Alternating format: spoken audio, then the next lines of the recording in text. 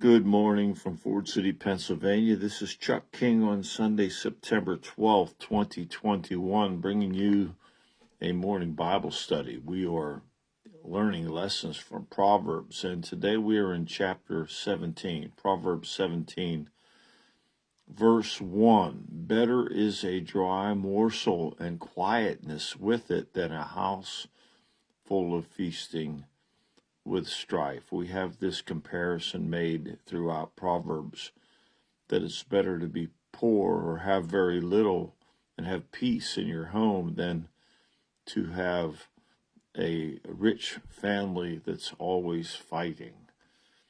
Verse 2, a servant who acts wisely will rule over a son who acts shamefully and will share in the inheritance among brothers. So a wise servant is preferable to a foolish son.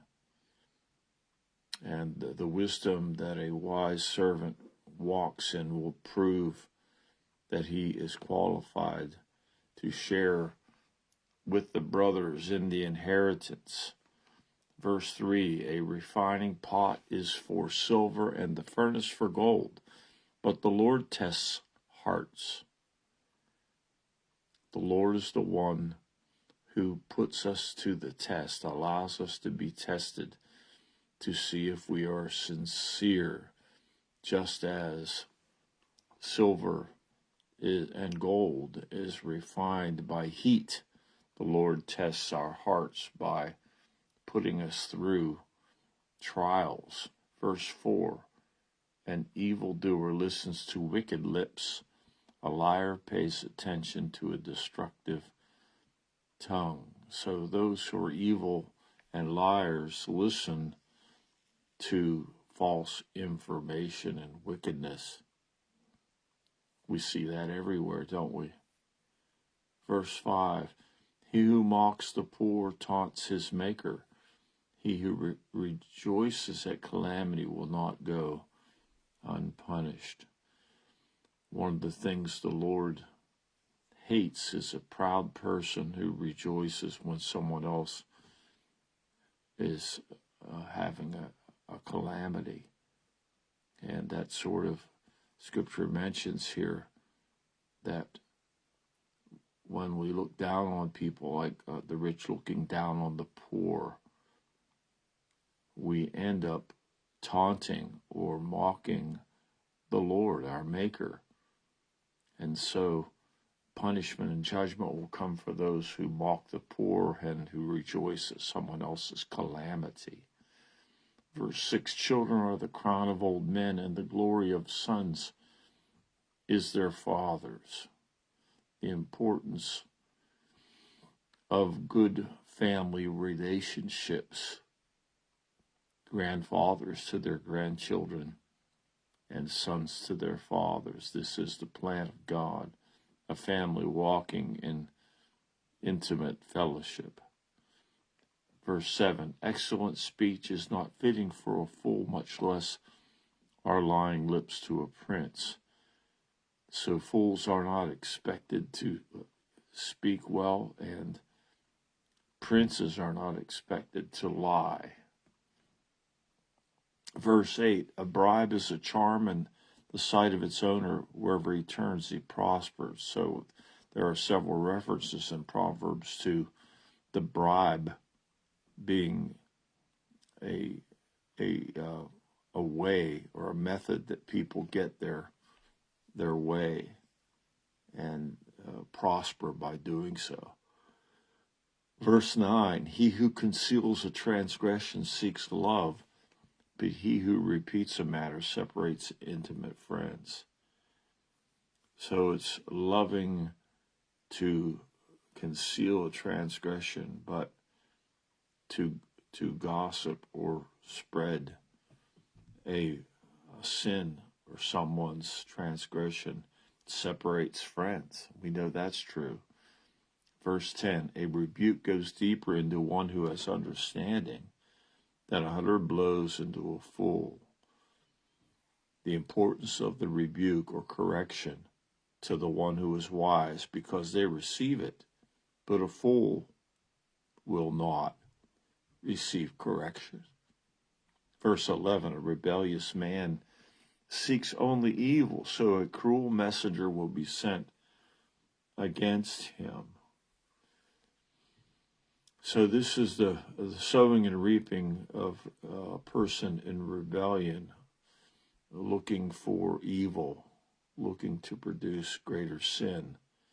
And so God will allow him to continue on in that rebellion, because God resists the proud. Only the humble receive grace. Verse 12, let a man meet a bear robbed of her cubs rather than a fool in his folly. So that's quite a contrast.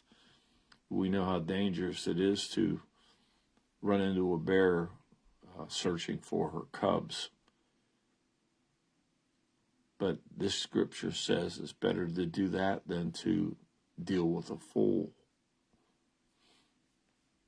Verse 13, he who returns evil for good, evil will not depart from his house.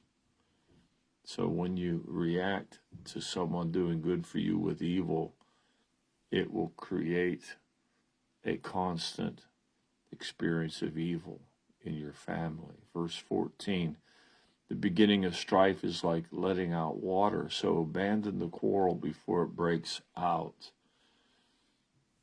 So the picture here is water leaking and finally breaking out of the leak and flooding everything. So you need to stop that by stopping the strife in the beginning. Verse 15, he who justifies the wicked and he who condemns the righteous, both of them alike are an abomination to the Lord. So here's another abomination to the Lord, the things that God hates. If you justify the wicked but condemn the righteous, this is what God hates.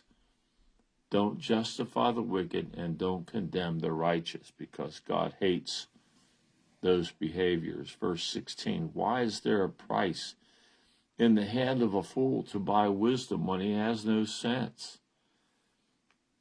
So a fool trying to gain wisdom by carnal methods is not going to work. It's not a wise thing to do. Verse 17, a friend loves at all times, and a brother is born for adversity. The importance of friendship, of koinonia relationships. In adversity, we help one another. Verse 18, a man lacking in sense pledges and becomes guarantor in the presence of his neighbor. So when you offer to pay someone else's debt, it shows that you are lacking sense, and you end up being stuck with that payment. Verse 19, he who loves transgression loves strife. He who raises his door seeks destruction. If you like to sin, you walk in the flesh, in the way of the world, there's always strife. And if you are out looking for that, you will find it. You will find the destructive behavior that goes along with loving sin. Verse 20, he who has a crooked mind finds no good, and he who is perverted in his language falls into evil. Nothing good can come from a mind of iniquity or perversion. It only produces the fruit of the world, the fruit of evil. Verse 21, he who sires a fool does so to his sorrow, and the father of a fool has no joy. A foolish child brings sorrow to the father by their behavior. Verse 22, a joyful heart is good medicine, but a broken spirit dries up the bones. The importance of the joy of the Lord being strength to us, even to our physical health, is mentioned here. But when you're broken, when you're discouraged, it is a deterrent to good health. It affects your health in a negative way. Verse 23, a wicked man receives a bribe from the bosom to pervert the ways of justice.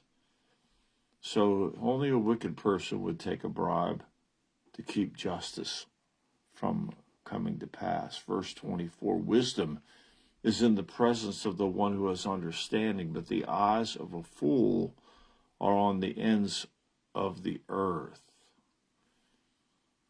If you have understanding, the knowledge of the Lord, the wisdom of God, it's what these proverbs are commanding us to seek after. But the eyes of a fool are always looking to the wrong place. It's important to have wisdom now and not be always looking for something better in the future. That is foolish. Verse 25, a foolish son is a grief to his father and bitterness to her who bore him. Again, the awful situation where a child is foolish and brings grief and bitterness to his parents.